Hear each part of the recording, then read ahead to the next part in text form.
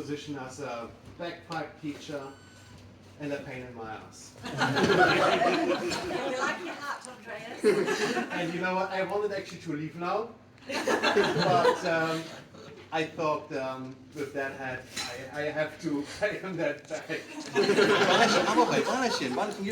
Oh, okay. So actually, I didn't know when to hold a little speech, and I didn't know what is maybe already said during the ceremony. So it's maybe, maybe sometimes a bit double approach. And then I'm from Germany, so if you have problems with my accent, I hope I'm loud enough, right? It should. We'll tell you. How can we tell? Balashing, do you have? Oh, you stand barely enough. Oh, your glasses, yeah. Oh, we can't see. You can't see either.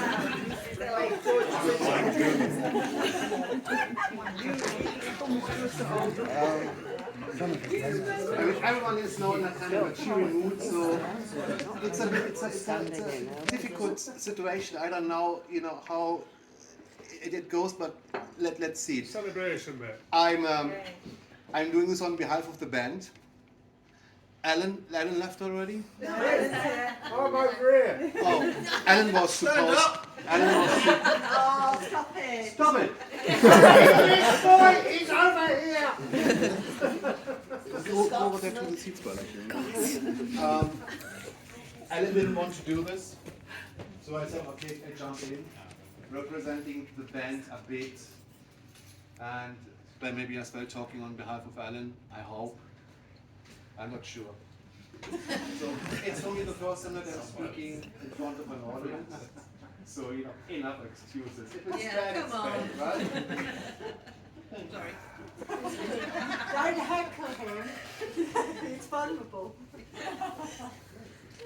Well, thank you all for coming to celebrate Jack Henderson's life and share our grief at his passing. Eulogies are not about death.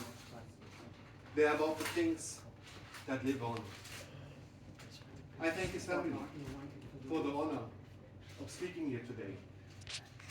I thank them for sharing Jack with us. The loss of Jack is immeasurable. Jack Henderson was a great friend to me, but I don't remember ever telling him that. Words that are spoken at a funeral are too late for the man that is dead. If he could be here, I know what I would say. I would congratulate him for being a great man and thank him for being a friend. If he were here with me now, I would probably have the courage, because he was always involving me. But the truth is, I like his bravery. Jack learned the bagpipes, for maybe the people who don't know, as he was 12 years old with the Glasgow Boys Brigade. Later on he left and went to the Territorial Army, and I hope not to Germany, for a number of years. Returning back from military service, he started to play at the Leeds Pipe Band, and after relocating down here to the south, he became pipe major at the South End Pipe Band for over 20 years and teaching about 60 students.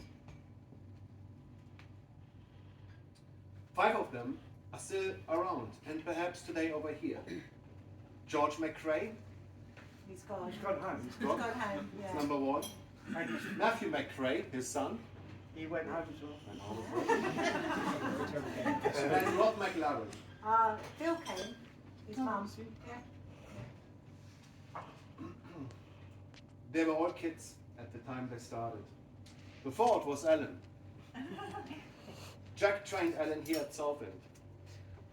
They met every week for 20 years. Was it over here in that very building? 40 years. 40 years. It's Essex accent. Didn't understand your phone. And he made him a pipe I was still sergeant. playing with Jack up until 3 weeks ago. I was gutted. And he made him a pipe sergeant.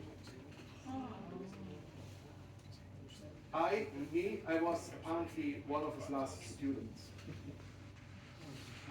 I never learned the pipes properly with Mr. Henderson. But probably drinking and swearing he taught me.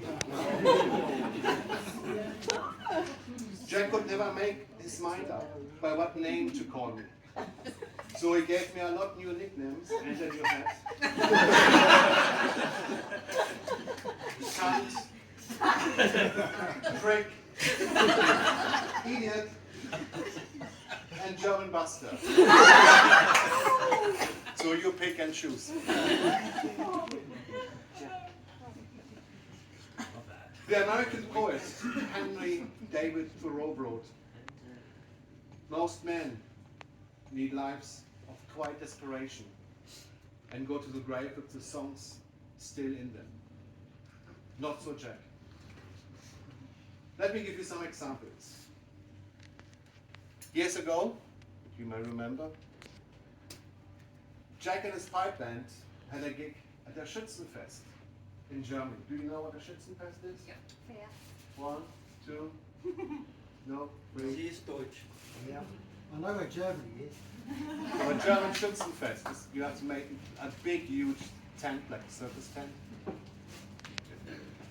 People sitting on long tables, having a lot of fun. There's music, right? Exactly. So it was the usual thing. Big circus tent, everyone on long tables, dance floor, and German music. During that performance, right, Jack jumped on one of the tables, playing the bagpipe, and marched down the table, with people still sitting on them, like you guys over here. Reaching the end of the table, however, he was just a bit too heavy. The table flipped over, Jack fell down, broke his crown, on the ground, and with him, everyone on the table. Jack actually went flying up in the air, everybody. At another event, a solo piping event, at a club in Felixstowe, Jack and his wife Jill went there and spent the night in a hotel. The next day at the club, there were a lot of people. Jack was dressed up in a uniform, and someone asked Jack what he's got under his kilt. Jack stood up, lifted up his kilt, and despite being dressed properly on that day, unfortunately his best parts were not properly tucked away, dangling like a pair of church bells.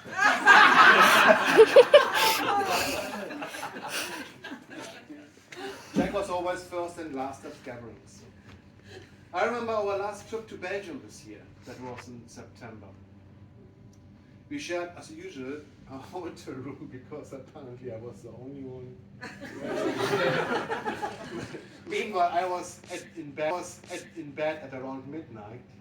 Jack showed up and I measured the time. It was 2 o'clock in the morning, completely drunk, with a half-empty whiskey glass still in his hand.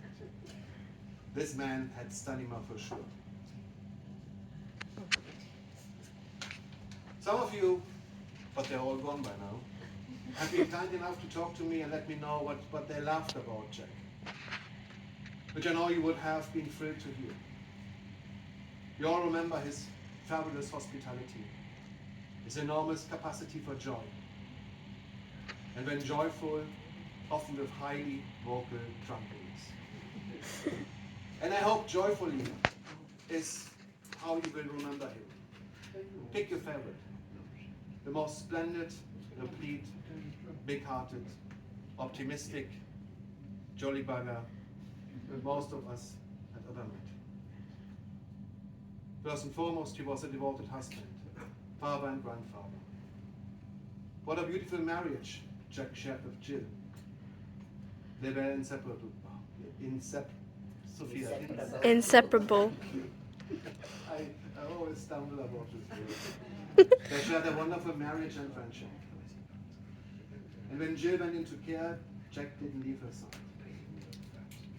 I guess we are all thinking how sad it is that a man of such talent, such capability and kindness should now be so suddenly spirited away at the age of 81, before he achieved many of the things which he was capable of, and before he had perhaps enough fun.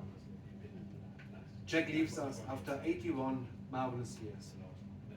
With memories that will last our lifetime.